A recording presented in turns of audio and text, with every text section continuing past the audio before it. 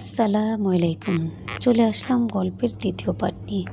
গল্পের প্রথম পার্টে আমরা ছিলাম সেদিন রাত্রে কী ঘটেছিল আমার নানুর সাথে।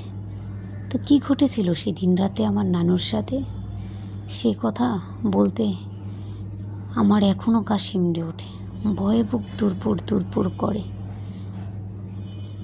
তো সেদিন রাতে যখন আমার নানুকে কোথাও খুঁজে পাচ্ছিল না, তখন বাবা পাশের বাড়ির আঙ্কেলকে ডেকে বলতেছিল, ভাই আমার শাশুড়িকে পাচ্ছি না, চলেন একটু খুঁজি। আঙ্কেল চলে আসে। আমার বাড়ির সবাই, আঙ্কেলের বাড়ির সবাই চারোদিকে খোঁজাখুঁজি শুরু করি, সবাই ছোটাছুটি শুরু করে এদিক ওদিক, কোথাও খুঁজে পাচ্ছে না। সেই রাতে এত ঝড় বৃষ্টির কারণে রাস্তাঘাটের এত বিকট অবস্থা হয়েছিল যে হাঁটা খুব কষ্টকর হয়ে গিয়েছিল। কারণ এত কাদা, এত পানি হয়ে গিয়েছিল যে একটা 20-25 বছরের টাকরা জোয়ান ছিল, হাঁটতে তার কষ্ট হবে। সেখানে আমার নানু তো হাঁটতেই পারে না ঠিক মতো, সে কী করে এই রাস্তা দিয়ে হেঁটে যাবে, তাও আবার জুতা পায়ে দিয়ে। বিষয়টা খুব অবাক, তাই না? কী করে হেঁটে গেল সে? কারণ অনেকে বলতে পারে যে রাস্তা দিয়ে হাঁটা এত কষ্ট, কারণ হচ্ছে আজ থেকে 20-25 বছর আগে তো রাস্তা এতটা উন্নত ছিল না।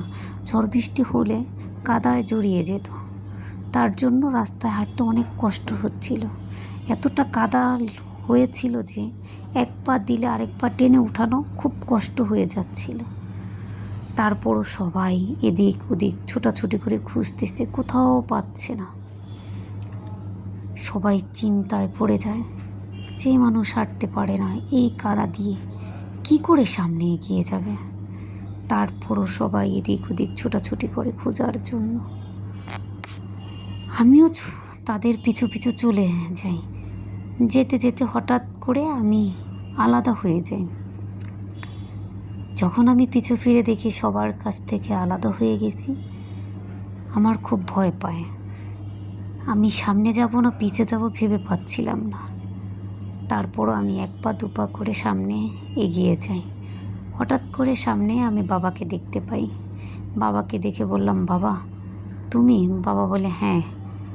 বাবাকে বললাম, বাবা চলো এই দিকে যাই।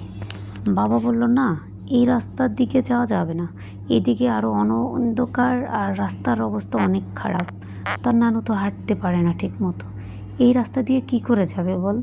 আমি বাবাকে বললাম, বাবা আমার কেন যেন মনে হচ্ছে এই রাস্তা দিয়েই গেছে। বাবা বলে, না চলায়। বাবা চলে গেল। আমি সামনে এগিয়ে যাচ্ছি, হঠাৎ করে মনে হচ্ছে আমার পিছনে কে যেন হাঁটতেছে।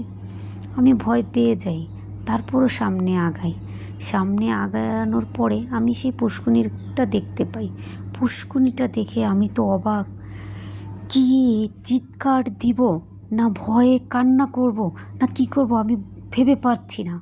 আমি সেই রাতে ওই পুষ্কুনিতে কি দেখতে পেয়েছিলাম জানতে চাইলে গল্পের নেক্সট পার্ট অবশ্যই দেখবেন। গল্পটি ভালো লাগলে কমেন্ট